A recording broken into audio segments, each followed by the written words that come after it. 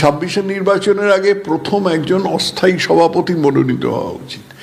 আজকে পশ্চিমবঙ্গ ভারতের মধ্যে বলা যেতে পারে সবচেয়ে উপদ্রুত রাজ্য, সেটার বিরুদ্ধে লড়তে পারে একমাত্র বিজেপি। অন্য কোনো দল তো লড়বে না, কারণ তাদের ওই সংখ্যালঘু ভোট ব্যাংকের দিকে তাকালে তাদের জিভ দিয়ে জল পড়ে, অন্য কেউ লড়বে না।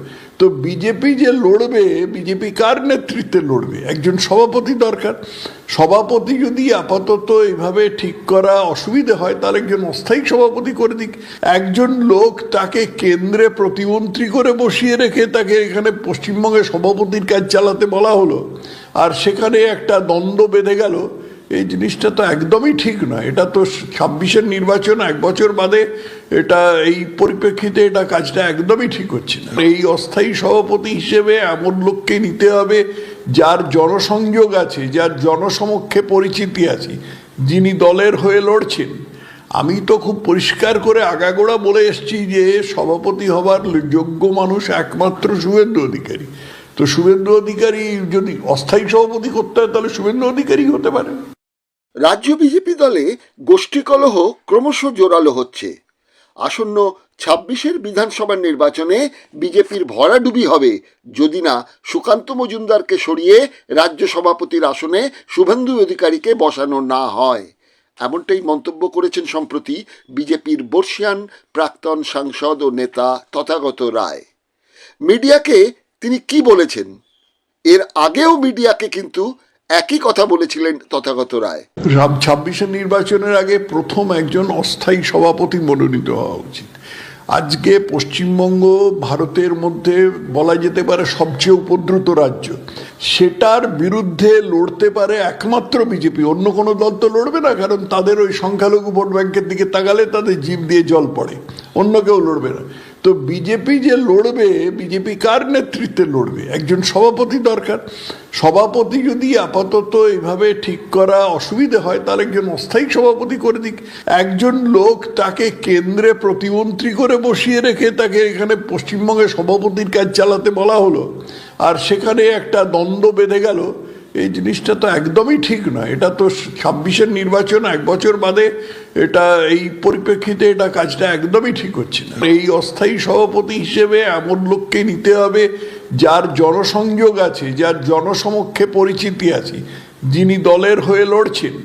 আমি তো খুব পরিষ্কার করে আগাগোড়া বলে এসছি যে সভাপতি হবার যোগ্য মানুষ একমাত্র শুভেন্দু অধিকারী। তো শুভেন্দু অধিকারী যদি অস্থায়ী সভাপতি করতে হয়, তাহলে শুভেন্দু অধিকারী হতে পারে। কথা হচ্ছে উনি একজন পারফর্মার, মানে উনি যে কথাটা বলেন সে কথাটা কাজে পরিণত করে দেখিয়ে দেন। আরো পরিষ্কার করে বলতে গেলে কতগুলো কথা বলতে হয়। 1 নম্বর হচ্ছে যে উনি মমতাকে স্বয়ং হারিয়েছেন, সরাসরি মমতাকে হারিয়েছেন। যে মমতা নির্বাচনের আগে পায়ে ব্যান্ডেজ ফ্যান্ডেজ বেঁধে অনেক রকম কলাকৌশল করেছিল, তা সত্ত্বেও হারিয়েছেন। এটা তো পশ্চিমবঙ্গে আর কেউ বলতে পারবেন না। আজকে মমতা ব্যানার্জিকে হারাতে পারে নির্বাচনে একমাত্র শুভেন্দু অধিকারীই পারে। তথাগত রায়ের বক্তব্যের সমর্থন অনেক আগেই মিলেছিল শাসক দলের মুখপাত্র কুণাল ঘোষের কথায়। কুণাল কি বলেছিলেন আরেকবার মনে করিয়ে দিই। বিজেপির অভ্যন্তরে রাজনীতিতে সুকান্ত মজুমদার তিনি নবজাতক। গোটা বিজেপির যত নেতা আছে তাদের থেকে শুভেন্দু অধিকারী সাংগঠনিকভাবে বা সরকারি কাজের অভিজ্ঞতায় অনেক বেশি অভিজ্ঞ, অনেক বেশি। সে যদি স্কুল থেকে অন্য জায়গাতেও যায়, সেই কলেজ থেকে যদি অন্য জায়গাতেও যায়, তো দেখতে হবে তো কোন স্কুল কোন কলেজে তার অভিজ্ঞতাটা হয়েছে। শুভেন্দু অধিকারী দলবদল বা বিশ্বাসঘাতকতার জন্য শুভেন্দু অধিকারীর নিন্দা করব। মমতা বন্দ্যোপাধ্যায় এবং অভিষেক বন্দ্যোপাধ্যায় এবং তৃণমূলকে কুৎসিত আক্রমণের জন্য শুভেন্দু অধিকারীকে সমান খারাপ ভাষায় আক্রমণ করব। কিন্তু বিজেপিতে যারা আছে তাদের মধ্যে সাংগঠনিকভাবে এবং প্রশাসনিক অভিজ্ঞতায় শুভেন্দু অধিকারী অনেকটাই বাকি নেতাদের থেকে এগিয়ে। বিজেপির রাজনীতিতে সুকান্ত মজুমদার যদি 40-50 পেয়ে থাকেন, তাহলে শুভেন্দু অধিকারী অবশ্যই সেখানে 70-80-তে আছে। কুণাল কেন তথাগত রায়ের বক্তব্যের সঙ্গে সহমত হলেন? রাজনৈতিক বিশ্লেষকদের মতে শুভেন্দুকে রুখতেই কুণালকে তৃণমূলে বলতে গেলে অভিষেক ফিরিয়ে এনেছেন। সুতরাং শুভেন্দু অধিকারী সভাপতি হলে কুণালের গুরুত্ব বেড়ে যাবে দলে অনেকটাই। কারণ একমাত্র কুণাল ছাড়া শুভেন্দুকে রোখার মতো দলে তো আর কেউ নেই।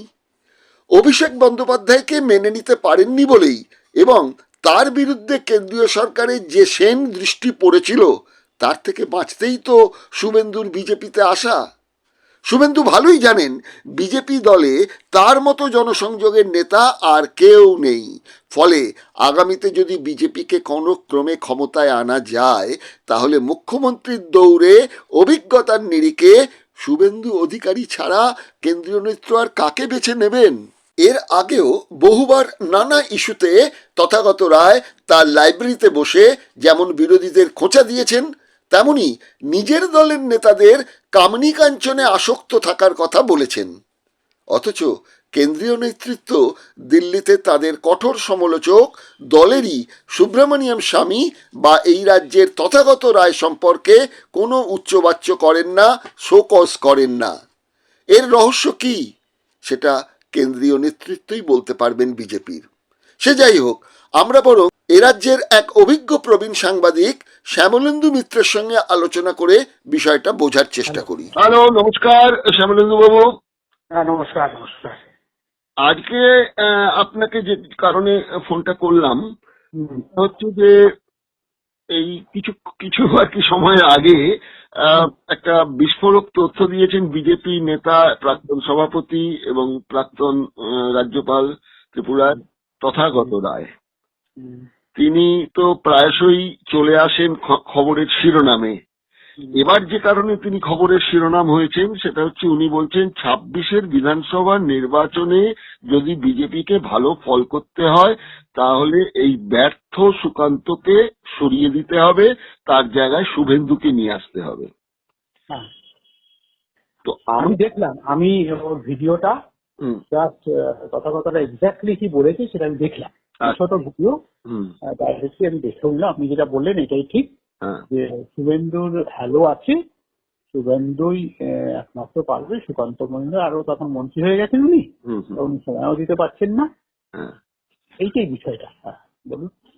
আচ্ছা, এখন আমরা যদি বিজেপির গত কিছুদিনের ইতিহাস দেখি, সেটা হচ্ছে যে প্রথম কিন্তু এই দিলীপ ঘোষ যখন সভাপতি পদে ছিলেন, তাহলে যদি বিজেপির এ রাজ্যে প্রথম সাফল্যের কথা বলতে হয় সেটা কিন্তু দিলীপ ঘোষের হাত ধরেই এসেছিল।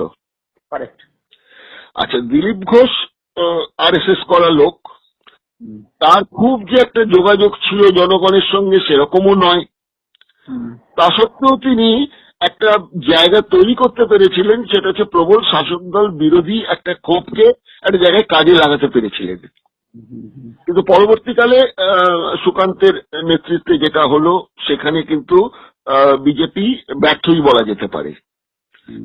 আবার যদি এটাকে শুভেন্দুর হিসেব দিয়ে দেখি তাহলে দেখব শুভেন্দুর নিজের জেলাতেও দলে দলে শুভেন্দু অনুগামীরা কিন্তু তৃণমূলে চলে এসছেন।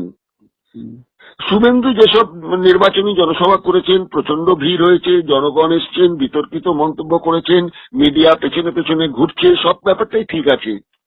কিন্তু যে শুভেন্দুকে নিয়ে আসার কথা তথাগত বলছেন সেই শুভেন্দু, প্রথম প্রশ্ন যেটা সেটা হচ্ছে যে কতটা সফল, এক নম্বর। দু নম্বর যেটা বলবো, দুটো একসঙ্গে আমাকে একটু উত্তরটা দেবেন দাদা। দু নম্বর যেটা হচ্ছে সেটা হচ্ছে যে শুভেন্দুর পরিবার মেদিনীপুরের পুরনো গান্ধীবাদী মানে মানসিকতার মানুষ। 180 ডিগ্রি ঘুরে গিয়ে গান্ধী বিরোধী আরএসএস এর বিজেপি সেইখানে নাম লেখালেন। দিল্লি কি ততটা বিশ্বাস শুভেন্দুর ওপর রাখতে পারছেন না বলেই সভাপতি পদের জন্য যে এত সব দাবি উঠছে শুভেন্দুর, সেটা মাথা ঘামাচ্ছেন না? নাকি তথাগত রায় একবারও ভাবছেন না যে শুভেন্দু কিন্তু তৃণমূলের, কংগ্রেস এবং তৃণমূলের প্রোডাক্ট? তাহলে কি আরএসএস এর আদর্শ নিয়ে তিনি এসছেন, আরএসএস এর আদর্শ নিয়ে দিলীপ ঘোষ এসছেন, আরএসএস এর আদর্শ নিয়ে অন্য সব আরো কিছু নেতা রয়েছেন, তাদের তিনি গুনতির মধ্যে রাখছেন না, সেই কংগ্রেস তৃণমূল থেকে আসা নেতাকেই বিজেপির মুখ করতে চাইছেন?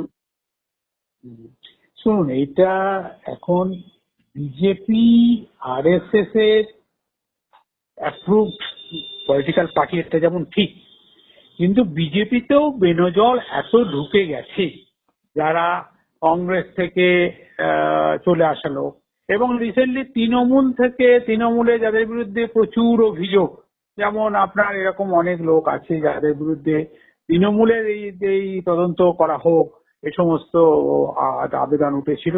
সেই কিন্তু তালিকায় শুভেন্দু আছেন। হ্যাঁ আছে তো বটেই।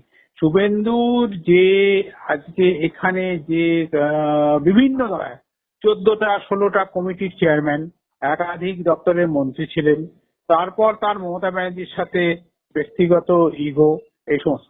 দেখুন একটা কথা জানবেন যে পশ্চিমবঙ্গে কংগ্রেস ধরুন 84 সাল থেকে মমতা ব্যানার্জি যে লড়ছিলেন, কখনো সফল কখনো ব্যর্থ কখনো ব্যর্থ, কিন্তু তিনি হাল ছাড়েননি। 2001-এও ক্ষমতা দখলের রেস, সেটাতেও হয়নি, শেষ পর্যন্ত 2011 এখনো পর্যন্ত মমতা ব্যানার্জি তৃণমূলের বিরুদ্ধে প্রচুর অভিযোগ উঠছে নানা রকম, তো স্বজন পোষণ দুর্নীতি, কিন্তু মমতা ব্যানার্জির বিকল্প হিসেবে বিজেপি, কংগ্রেস এবং তৃণমূল যেহেতু এখানে সাইফার হয়ে গেছে, বিজেপি এখন এখানে মূল বিরোধী দল।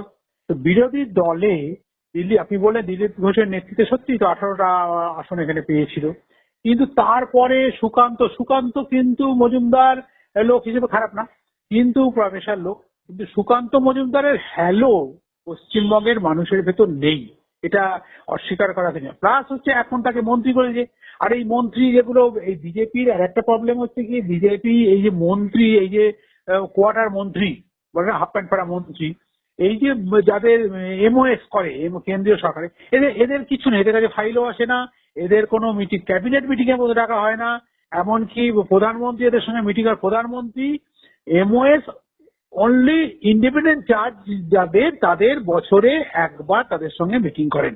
সেখানে পশ্চিমবঙ্গ আগে তাই হতো, জ্যোতিবাবু আসার পর এই এমওএস দের ক্যাবিনেটে মিটিং এ থাকতে দিত। এখন এই যে প্রশ্নটা আপনি যেটা করলেন, তথাগত রায় যে কথা বলেছেন, আসলে বিজেপিতে তো লোক নেই, বিজেপিতে হ্যালোওয়ালা লোক তো নেই। যার জন্য মাঝে মাঝে দেখবেন একবার কথা উঠেছিল অজিত সরকার, তিনি নাকি উত্তরপ্রদেশে খুব ভালো কাজ করেছিলেন, আরএসএস এর লোক, তাকে নিয়ে আসা। পশ্চিমবঙ্গে সেরকম কিন্তু ম্যাজিশিয়ান, পিসি সরকার যেমন ম্যাজিশিয়ান, এরা ম্যাজিক দেওয়ার মতন বা টেনে চেপে কাজ করা, মানে একদম মাটি কামড়ে কাজ করা, সেটা সুকান্ত মজুমদার, সেটা সুকান্ত মজুমদার বালুরঘাটের বাইরে তার কোনো কিছুই নেই, মানে তার কর্ম যে কাজ করা বা মানুষের সাথে মেলামেলা, সেইখানেতে তথাগত রায় হয়তো বুঝেছেন যে একমাত্র হ্যালো এখন আছে হচ্ছে শুভেন্দু অধিকারী। কিন্তু শুভেন্দু অধিকারীও কতটা পারবে না পারবে সে তো ভবিষ্যৎ বলবে, কিন্তু উনি বলছেন 26-এর ভোটেতে মমতা ব্যানার্জিকে সঙ্গে টক্কর দেওয়ার মতন একমাত্র শুভেন্দু অধিকারী, যেটুকু আলতু ফালতু কথা বলে, এটাও ঘটনা, যে সমস্ত কথা ভোটে মমতাকে হারিয়েছেন, হ্যাঁ যেহেতু 500,000 ভোটে মমতাকে হারিয়েছেন বলে এটাই হ্যাঁ ওইটাই তিনি মুখ বাজিয়ে বলছেন, আমি মুখ্যমন্ত্রীকে হারিয়েছি, তো হতেই পারে মুখ্যমন্ত্রীকে তারপরে হতেই পারে। আমি ধরে নিলাম আলো নেবানো থেকে আরম্ভ করে আমি ধরলাম জেনুইনলি উনি জিতেছেন, খুব সামান্য মার্জিন জিতেছেন, এবং সেটা মামলাও হয়েছে। মামলাতে হয়তো দেখা যাবে ভবিষ্যতে কি হবে না হবে।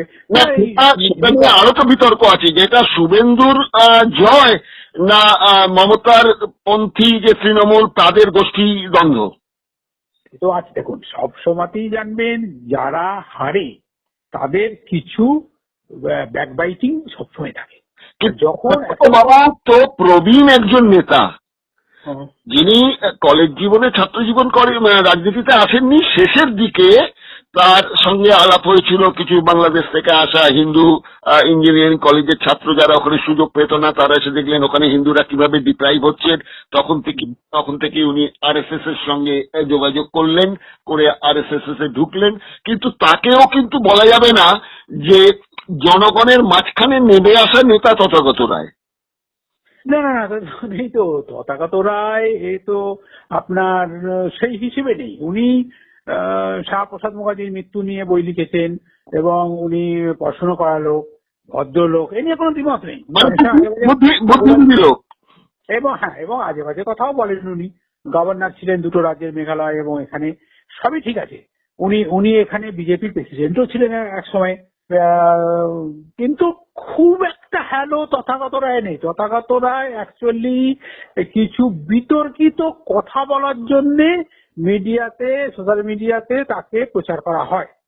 এখন শুভেন্দু অধিকারীর নাম উনি বলেছেন। দেখুন, এখন আমি শুভেন্দুকে পছন্দ করতেও পারি, নাও পারি, সাধারণ মানুষ, কিন্তু আর তো লোকও নেই। অদ্ভুত ব্যাপার হয়ে গেছে, লোক নেই। যে গোটা পশ্চিম একটা তার কারণ হচ্ছে তৃণমূলকে একসময় কিন্তু অনেকগুলো জেলাতে শুভেন্দু কিন্তু দাঁড় করিয়েছে, এবং শুভেন্দু তাদের সঙ্গে শুভেন্দু অনেক গ্রুপ পলিটিক্সও করেছে। তো এখন শুভেন্দু ছাড়া তো লোক আমি চোখের সামনে দেখতেও পাচ্ছি না, যে শুভেন্দু ছাড়া কিছু লোক নেই। তো এখন কি বলবেন আপনি, বলুন। তাহলে এই তথাগত রায়ের এই যে বক্তব্য, এইটা নিয়ে মিডিয়াতে এখন একদম খুব ঝাঁপিয়ে পড়েছে একদম, কি বলেছেন। কিন্তু মনে রাখতে হবে যে এই বছরই সেপ্টেম্বর মাসে তিনি একটা টুইট করেছিলেন, সেখানে বলেছিলেন যে বিজেপিরা অন্য রাজ্যগুলোতে, বিজেপি শাসিত রাজ্যেতে ধর্ষণ টর্ষণ এগুলো যেগুলো হচ্ছে সেইগুলো নিয়ে এখানকার মিডিয়া খুব লাফালাফি করছে। মিডিয়াও বলেননি, উনি বলেছেন 2 টাকা রোজের মূল্য সাংবাদিকদের বলেছেন। তৃণমূলেরও এক নেত্রী বলেছিলেন 2 টাকার সাংবাদিক।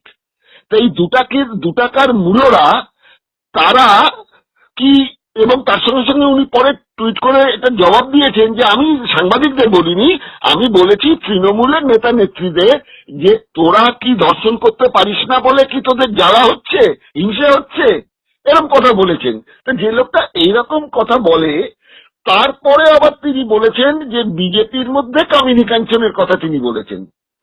আবার তিনি আরো বিস্ফোরক কথা বলেছেন যে এই সিএ নাগরিকের ব্যাপারে যারা বাংলাদেশ থেকে আসবে তাদের লিঙ্গ নির্ধারণ করতে হবে, যৌন পরীক্ষা করে দেখতে হবে তারা অরিজিনাল হিন্দু না মুসলিম, এইসব কথা বলেছেন। এবং শ্রমিক ভট্টাচার্যের মতন এত বুদ্ধিদীপ্ত কথাবার্তা বলেন, গুছিয়ে কথা বলেন, তিনি একদম স্ট্রিক্টলি নট বলেছেন এ ব্যাপারে আমি আর কোনো মন্তব্য করব না।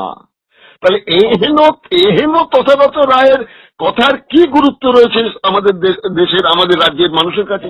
মুশকিলটা কি জানেন তো, দুরকম ভ্যালু আছে, একটা অরিজিনাল ভ্যালু, একটা নুইসেন্স ভ্যালু। নুইসেন্স ভ্যালুটাই এখন সমাজে লোকের বেশি করে দেখছে, কে কে কি মাংস খাচ্ছে, কে কি করছে না করছে। আমার মনে হয় না এটা পশ্চিমবঙ্গের মতন একটা ভালো রাজ্য, একটা সুন্দর, একসময় তো খুবই সুনাম ছিল পশ্চিমবঙ্গের, যে এখান থেকে প্রচুর ইন্টেলেকচুয়াল বেরিয়েছে, এখান থেকে এখনো পশ্চিমবঙ্গের ছেলেমেয়েরাই গোটা ভারতবর্ষের ইন্টেলেকচুয়াল ইন্ডাস্ট্রিতে তারাই কিন্তু লিড দিচ্ছে। এটা অচেনা না, 3 কোটি ছেলে মেয়ে কিন্তু বাইরে কাজ করছে, এবং 1 কোটি লেখাপড়া না জানা তারা আপেল বাগান থেকে শুরু করে রাজমিস্ত্রি কাজ করতে যাচ্ছে।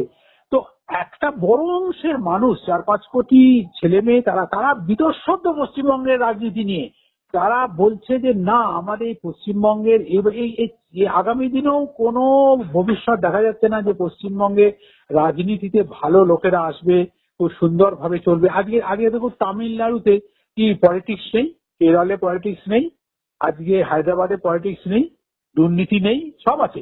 কিন্তু এমনকি মহারাষ্ট্রে, বোম্বে, সেখানে আন্ডারগ্রাউন্ডে কি ক্রিমিনাল অ্যাক্টিভিটি চলে সবই জানেন।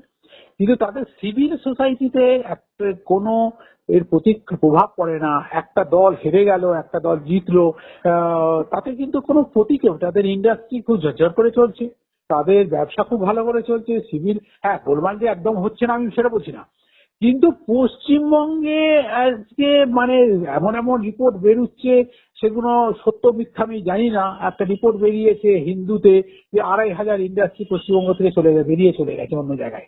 আমি বলতে এটা তৃণমূল সরকার এবং চিফ মিনিস্টারের এটা বলা উচিত এক্সাক্ট কি, কেন এই নতুন একটা সম্মেলন হতে যাচ্ছে, বিশ্ব আপনার বাণিজ্য সম্মেলন কলকাতায়, তাই না, যে 2500 ইন্ডাস্ট্রি এখান থেকে বেরিয়ে চলে গেছে।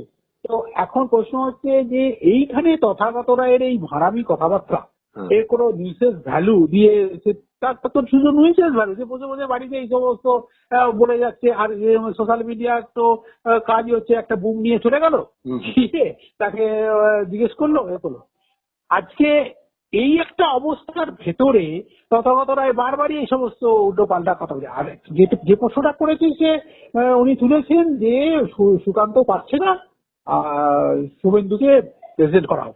এইটা তো পলিটিক্যাল কথাবার্তা, এই অংশটা নিয়ে যথেষ্টই কিন্তু বাকি কোথায় থেকে কে বাংলাদেশ থেকে আসবে, তার অরিজিনাল কি আমার এগুলো কথাবার্তার কোনো মানে হয় না। এগুলো দেখুন আজকে ঐতিহাসিক আপনি ভাবে মানে হয় না বলছেন দাদা, আপনি মানে হয় না বলছেন এই কথা, কিন্তু সমর্থন করেছে মতুয়ারা যখন তার বাড়িতে, মতুয়াদের একাংশ যখন তার বাড়ির সামনে গিয়ে এই ঘটনাটা নিয়ে বিক্ষোভ জানিয়েছে, সেই সময় কিন্তু মন্তব্য করেছেন শান্তনু ঠাকুর, আরেক মতুয়া নেতা। তিনি বলেছেন তিনি কিন্তু অন্যায় কিছু বলেনি, আইনসঙ্গত কথাই বলেছেন, এটা বলছেন শান্তনু ঠাকুর এই কথাটা। এবং তার পাশাপাশি আমি যেটা বলতে চাইছি যে উনি যেটা যে কেন্দ্রীয় বিজেপি নেতৃত্বের প্রতি উষ্মা প্রকাশ করে এই কথাগুলো বলছেন, কেন্দ্রীয় নেতৃত্ব কি খুবই বোকা যে তারা সুকান্তকে মন্ত্রী এবং এই পদটা দিয়ে বসিয়েছেন? কারণ তারা জানেন যে পশ্চিমবাংলাকে একটুখানি 3-4 টুকরো করার জায়গা থেকে রাজনৈতিকভাবে যদি করা যায়, সেখানে উত্তরবঙ্গ অবহেলিত। এই প্রশ্নটা তুলে অন্তত যদি উত্তরবঙ্গের ভোটটারও যদি একটু ব্যাংক তৈরি করা যায়, যেহেতু মুসলিম ভোটটাকে উত্তরবঙ্গেতে মুসলিম ভোটটাকে কাউন্টার দিতে গেলে পরে ওখানকার হিন্দুদের মধ্যে হিন্দু জাতীয়তাবাদ চাগিয়ে তুলতে হবে, সেখানে সুকান্ত মজুমদারকে মন্ত্রী করে আর রাজ্য সভাপতি করে বলতে হবে দেখো কলকাতায় তোমাদের গুরুত্ব কত বেড়ে গেল, এটা আমরা বিজেপিরাই তৈরি করে দিলাম। এইসব অঙ্ক তো কাজ করেছে না বিজেপি। সব অঙ্ক তো ঠিকই আছে, সব অঙ্ক যে নেই তা নয়, তা নয় নিশ্চিত প্রামাণিককে যে সেন্ট্রালের মিনিস্টার করেছিল, কি মিনিস্টার, MOS হোম, কোনো কাজ ছিল না। যাই হোক, MOS দের কোনো কাজ নেই। জন বাল্যের মতন মানুষ ও তো তৃণমূলে চলে এলেন, বললেন যে সুকান্ত ছাড়া আর কারো সে নেই। আসলে কি জানেন তো, দক্ষিণপন্থী দল, শুধু দক্ষিণপন্থী কেন, বামপন্থী দলও তো দক্ষিণপন্থী চলে যাচ্ছে। আসলে ভোগবাদী সমাজ আজকে গ্রাস করে নিয়েছে, আজকে কোনো নীতি বলে আর কিছু নেই। তাহলে বামপন্থী বলে যারা বলতো, দাবি করতো, তাহলে আজ বামপন্থীর 5% ভোটে এসে দাঁড়িয়েছে, তাহলে কি বলবেন আপনি? কিছু বলার আছে? এখন তো দেখা যাচ্ছে বামপন্থী এখানে SUC ছাড়া, SUC যে কটা লোক আছে, রিজিড লোক আছে, ওদেরও মাটি পায়তলা থেকে মাটি অনেক ধরে গেছে। ওরা তৃণমূলের সঙ্গে জোট বেঁধে MP বানানোর পরই তাদের হয়ে গেল। যেমন CPI কংগ্রেসের সাথে 72 সালে যাওয়ার পরই গোটা ভারতবর্ষে CPI অবলুপ্ত হয়ে গেল। প্রশ্ন হচ্ছে, আমার বক্তব্য হচ্ছে এই রাজনৈতিক দল নেতাদের অনেক রেসপন্সিবল কথা বলা উচিত। ওরা মানুষকে এইরকম ভাবে ভাবছে যে মানুষ আমার কথা শুনে হাততালি দিচ্ছে, আমার কথা শুনে তারা করছে। এবং সোশ্যাল মিডিয়া মূলত তো এখন মেনলাইন মিডিয়া তো মূলত সোশ্যাল মিডিয়া। কাগজে কি বেরোলো না বেরোলো, সত্যি কথা বলতে গেলে এখনো মাথায় ঘামাচ্ছে না।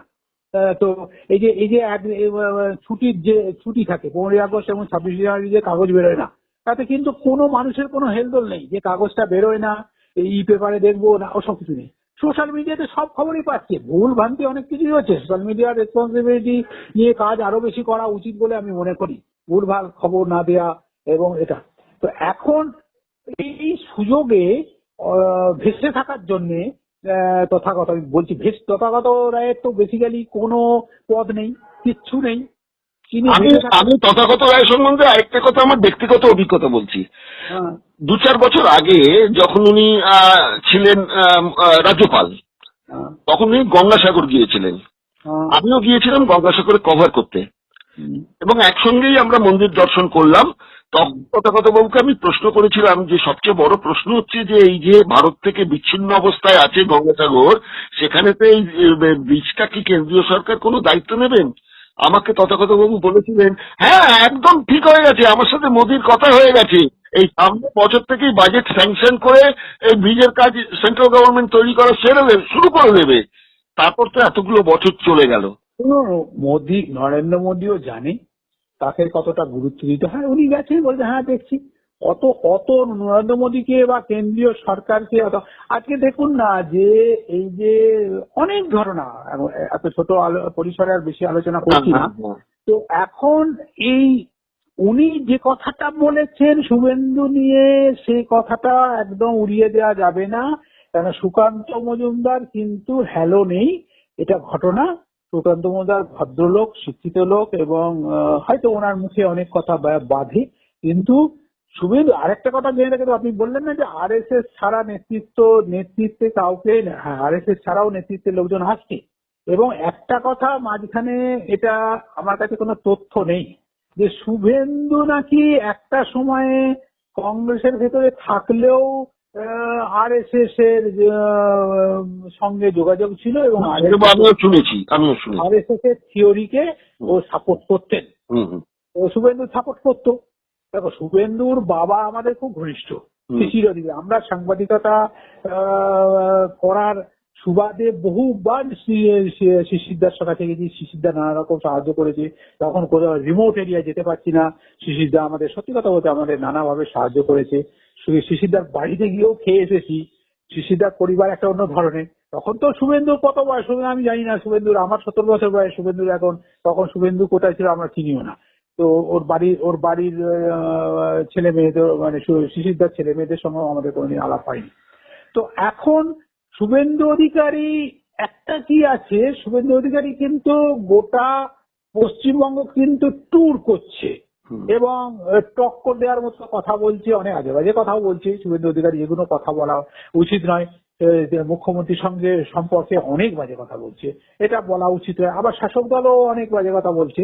আমার মনে হয় একটা শালীনতা রেখে, দেখো রাজনীতিতে আমি বলি সব শাসকেরই একই চরিত্র, সব বিরোধীদের একই, কিন্তু কথা হচ্ছে সাধারণ মানুষ তো ভোট দেয় না, সাধারণ মানুষের তো যাওয়ার কোনো রাস্তা নেই। সাধারণ মানুষ ভোট দিয়ে কংগ্রেস থেকে সিট বামেদের এনেছিল, বামেদের থেকে আপনার তৃণমূলকে নিয়ে এসেছে। বলা যায় যে একটা কর্পোরেট হাউস 4 ধরনের ব্র্যান্ড নেম দিয়ে একই প্রোডাক্ট বাজারে ছাড়ে। নয় আপনাকে এ কিনতে হবে, না হলে বি, না হলে সি, না হলে ডি, এর বাইরে যাওয়ার জায়গা নেই। কর্পোরেট মিডিয়া তো ব্যবসা করছে। শুনুন, আমাদের অভিক সরকার, আমি যখন আনন্দবাজারে ছিলাম, অভিক বাবুকে আপনাকে বলেছিলাম যে আপনি ব্র্যান্ড বুদ্ধ করলেন, কেন করলেন? তো অভিবাবু বলেছিলেন যে আমাদের একটা লিড লাগবে, লিড মানে যেটা ধরে পশ্চিমবঙ্গ এগোবে, সেখানে আমরা ব্র্যান্ড বুদ্ধ যেতেও পারিনি, আমরা ব্র্যান্ড বুদ্ধ করে আমরা করলাম।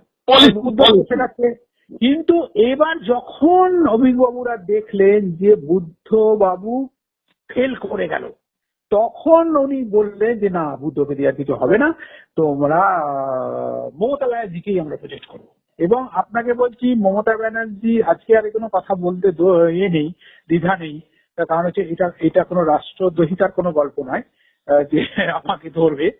প্রথম হচ্ছে যে প্রথম যে মিটিংটা হয়েছিল আনন্দবাজার এডিটোরিয়ালে, অভিকবাবু মিটিং করলেন, বড় বড় সিঙ্গারা খাওয়ালেন, তখন বলেছিলেন যে শোনো, একটা কথা বলছি, তৃণমূলের খবরাখবর বিপক্ষে যদি কিছু পাও তোমরা লিখবে, কিন্তু তোমরা এখনই মমতাকে অ্যাটাক করো না, মমতাকে কিছু সময় দিতে হবে।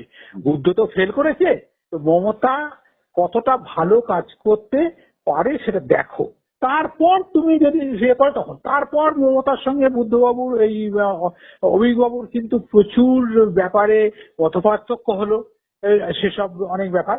তো সেই জন্য বলছি, রাজনৈতিক নেতাদের কিন্তু শালীনতা বজায় রেখে একটা এই যে টিভিতে বা আপনার এতে এই যে বাজে কথা রাজনৈতিক নেতারা যে বলে, সেটা কিন্তু বাড়ির বাচ্চারাও কিন্তু দেখছে, জানেন তো, শুনছে, স্কুল কলেজের ছেলেমেয়েরাও শুনছে, বাড়ির সিনিয়ররাও দেখছে, যে তাদেরও একটা ধারণা হয় যে রাজনৈতিক নেতারা কি, তারা কি আমাদের কি মনে করে, যে আমরা যা বলবো তাই শুনবে।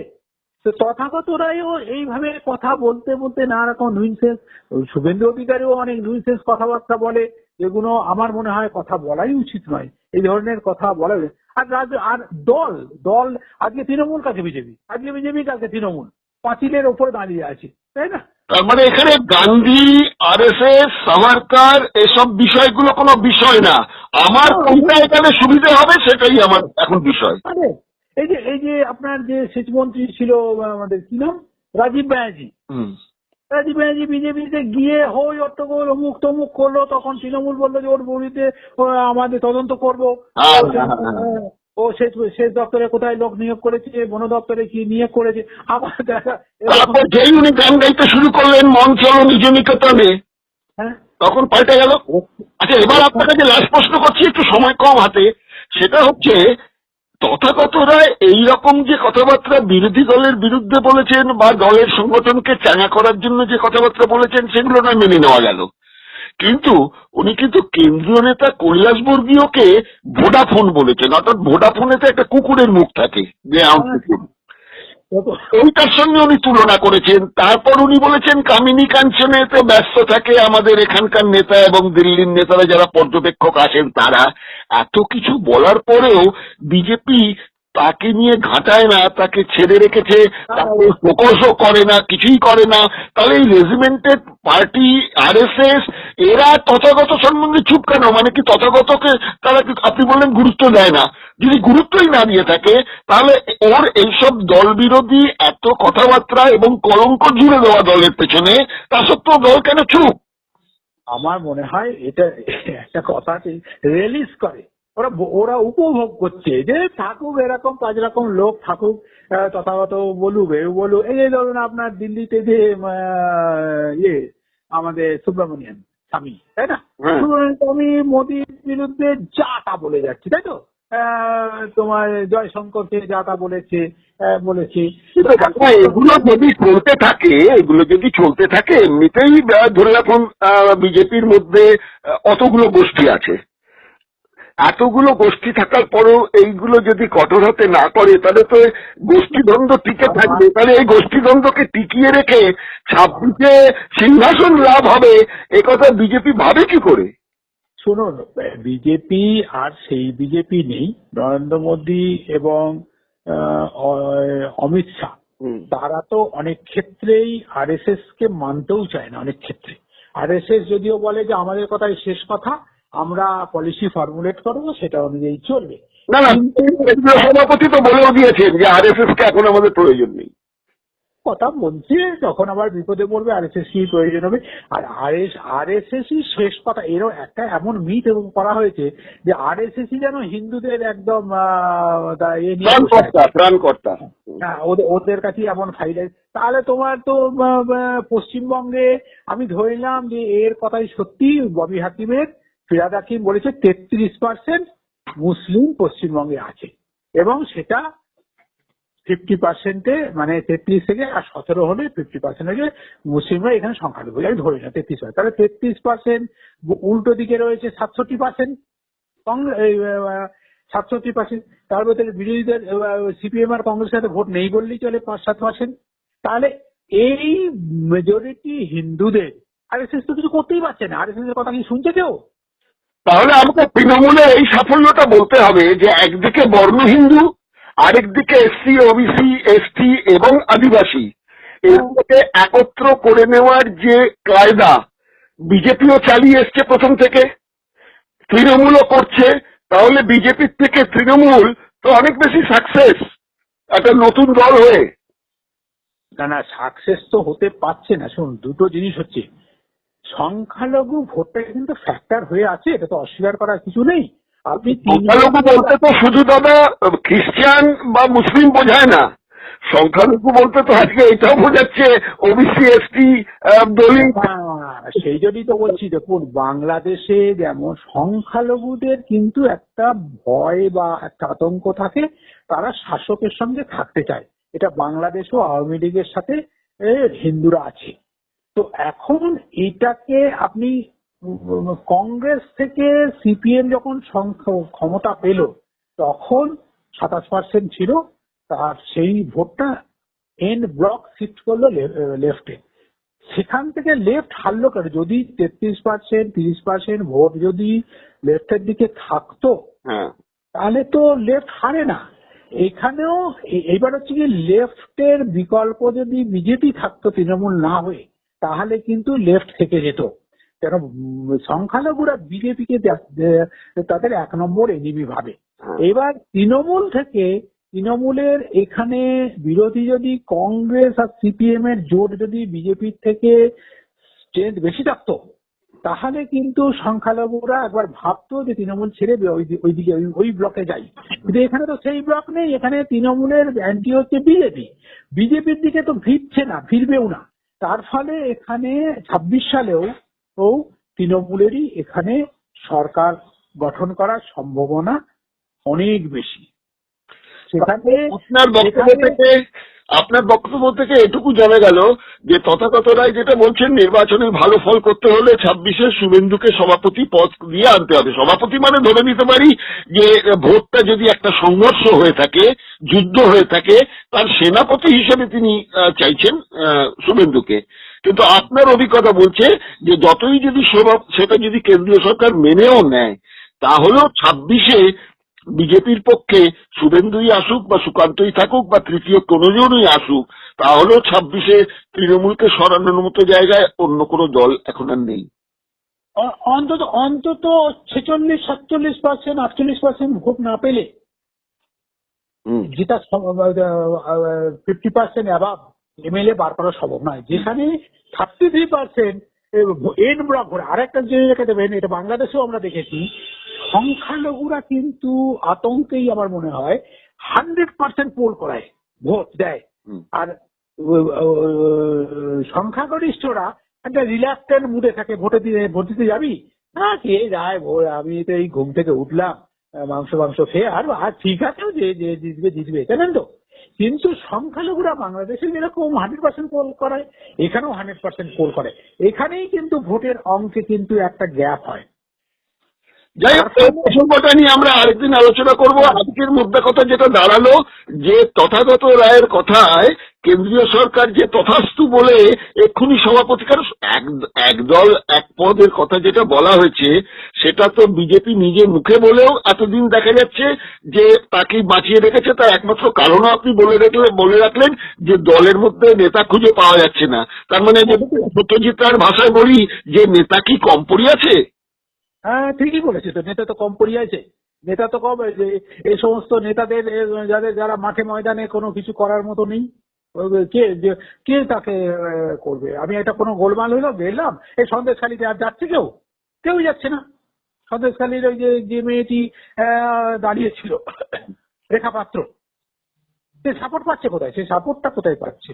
সাপোর্ট পাচ্ছে না। তো সাপোর্ট যদি না, এবার হচ্ছে কি, মাস সাপোর্ট পেতে গেলে তো প্রথম হচ্ছে যে শাসক তো এমনি, শাসক দল যে শাসক হবে সে তো এমনি একটা অ্যাডভান্টেজে থাকবে, তার পুলিশ আছে, তার প্রশাসন আছে, তার আছে অর্থবল আছে, থাকবেই। এটা তো অস্বীকার করার কিছু নেই। যেটা ঘটনাকে আপনি অস্বীকার করে আপনি আরেকজনকে গালাগাল দিয়ে যাচ্ছেন, এটা কখনো হতে পারে না। আপনার রিয়েলিটিটা মানতেই হবে। এখানে সংখ্যালঘুরা তৃণমূলের সাথে আছে 33%, ববি হাকিমের কথা আমার মনে হয়, আমার হিসেব একটু আলাদা আছে। এবার একটা শেষ প্রশ্ন, একদম শেষ প্রশ্ন, যদি ধরে নেওয়া গেল, যদি কেন্দ্রীয় নেতৃত্ব তথাগত রায়ের বক্তব্যটা যুক্তিযুক্ত মনে করে অনেক আলোচনা করে সুকান্তকে সরিয়ে দিয়ে শুভেন্দুকে সভাপতি করলো, কিন্তু শুভেন্দু, আবার ধরে নেওয়া যায় শুভেন্দু 26-এর নির্বাচনে সেরকম কোনো উল্লেখযোগ্য ফল রাখতে পারলেন না, তখন কি বলবে? রাখতে পারে, আবার 20টা ওভার, আপনার ওর নামটা কি, 140টা ওভার করতে পারে, কথাই বলছেন না। যদি না পারে তখন তথাগত রায় কি বলবেন? কি বলবো? কিছু বলবে না। শুনুন, অতীতের কথা নিয়ে কেউ ভাবছে না। মিডিয়াতেও প্রচুর ভুল খবর লেগে পরে, কি কেউ মিডিয়া বলে যে আমরা এই ভুল করেছি? ইলেকট্রনিক চ্যানেল কি করে, খবরটাকে ফট করে উইথড্র করে নিল, তাই না? আর কেউ দেখতে পাচ্ছে না। তো সেটা কি তথাগত রায়কে প্রশ্ন করতে হবে। তথাগত রায় এখন বেসিক্যালি বিজেপিতে, মানে এই শব্দটা বলতে বাধ্য হচ্ছে, নন গ্রাটা। তথাগত রায়কে কি এমপি পদে দাঁড় করাচ্ছে? তথাগত রায়কে কি পশ্চিমবঙ্গের মুখ্যমন্ত্রী হিসেবে প্রচেষ্টা করছে? তা তো করছে না। তথাগত রায়ের গুডউইল আছে, তথাগত রায় শিক্ষিত লোক, তথাগত রায়কে অন্য অনেকের থেকে মুখ্যমন্ত্রী প্রজেকশনও করতে পারে, না করার কিছু নেই। সে মুখ্যমন্ত্রী ম্যাটেরিয়ালও আছে, তাই না? তো সেই হিসেবে আমি জানি না তথাগত রায় কেন নিউসেন্স ক্রিয়েট করে যাচ্ছে, আমি বলতে পারবো না। তবে উনি যেটা বলেছেন শুভেন্দুর ব্যাপারে, এটা যথেষ্ট অর্থবহ, এবং এটা উনি খুব সুচিন্তিত ভাবে এটা খেলে দিয়েছেন। আচ্ছা, তার মানে কিছুটা প্রচারেও চলে এলেন এগুলো বলে, মাঝে মাঝেই প্রচারে ভেসে উঠছেন এগুলো বলে। হ্যাঁ, পজিটিভ প্রচারের থেকে নেগেটিভ প্রচারে আছে। শুনুন, একটা কথা বলে আজকে শেষ করছি। কলিমুদ্দিন শামস ছিলেন লেফট ফ্রন্টের একটা সংখ্যালঘু নেতা। তার অনেক বদনাম ছিল, মানে বদনামের কোনো শেষ ছিল না। তার মারা গেছেন, আগের বলতে দোষ নেই। এমনকি ওই যে আইপিএস অফিসার যে খুন হয়েছিল, সেখানে তো যাই হোক, জ্যোতিবাবুরা ওকে পাত্তা দিত, তার কারণ হচ্ছে উনি সংখ্যালঘু ভোট টানতেন। তো আমার সঙ্গে মোটামুটি এমনি রিলেশন ভালো ছিল, আমার সঙ্গে সকলের রিলেশন ভালো ছিল। তো আমি করিম সাহেবকে বলছি, করিম সাহেব বলছি, আরে শ্যামল বাবু, আপনি তো আমাকে নিয়ে কিছু লিখছেন না।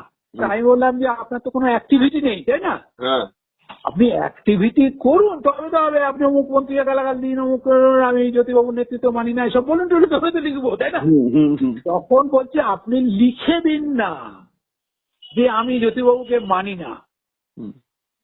মানে এইরকমই, এই যে বলছি না, নেগেটিভ একটা প্রচার, পজিটিভ প্রচারে কিছু হবে। আমি জ্যোতিবাবুকে মানি, এটা খবর নয়। এটা আমি জ্যোতিবাবুকে, আমি ফরওয়ার্ড ব্লক দল করি, আমি সিপিএম কে মানি না, এইসব কথা বললে তখন খবর হবে। উনি বলছেন আপনি লিখে দিন, তারপরে পরে দেখা যাবে। তো এখন এই ধরনের আলোচনা চলে, এটা চলছে, কি বলবেন। একটা আমাকে একজন রিপোর্টার বলেছিল, পাটনাতে থাকে, তো একজন এমএলএ অ্যাসেম্বলিতে, বিহার অ্যাসেম্বলিতে লবিতে তাকে ধরে, আরে ভাই তুমি আমার সম্পর্কে কিছু লিখছো না, এক লাইন বলি, তুমি তো কিছু বলো না অ্যাসেম্বলিতে, তাই না? কি লিখবো? বলে তুমি লিখে দাও, ওখানে রেপ হয়েছে, তার সঙ্গে আমিও জড়িত ছিলাম। এটা শুনেছি বোম্বাই ফিল্ম ইন্ডাস্ট্রিতেও আছে এটা, জানে। তো এখন প্রশ্নটা হচ্ছে, এটা বাজারটা গরম করে দিয়েছে তথাগত রায়, যে এবং এরকম হতেও পারে শুভেন্দুকে করেছে, কেন ওকে সুকান্তকে তো মন্ত্রী রেখেছে। মোদ্দা কথা অস্তিত্ব সংকট থেকে নিজেকে টেনে ভাসিয়ে রাখার জন্য এই ধরনের ব্যবহার মনস্তত্ত্বের চোখে এটা একটা মনস্তাত্ত্বিক বিঘ্ন বলা, মানে মনস্তাত্ত্বিক একটা বিঘ্ন বলা যেতে পারে। এখন তো সুবিধা হয়েছে, সকালবেলা উঠে কিচ্ছু করতে হবে না, টুইটার মানে এক্স হ্যান্ডেলে কিছু লিখে দিলাম, হ্যাঁ, আর কিছু করতে হবে না। এবার এক্স হ্যান্ডেলে ওটা লেখার পরই সেটা নিয়ে ফোনাফোনি ঘোরাতে থাকবে এবং সোশ্যাল মিডিয়া চলে গেল। বাস, ঠিক আছে, ওকে, এখনকার মতন এটা শেষ করলাম। এরকম আরো সাম্প্রতিক ঘটনা বা অতীতের ঘটনা নিয়ে আপনাদের কাছেই তো দ্বারস্থ হতে হবে আমাদের। ঠিক আছে, ওকে, আজ এখানে ভালো থাকবেন।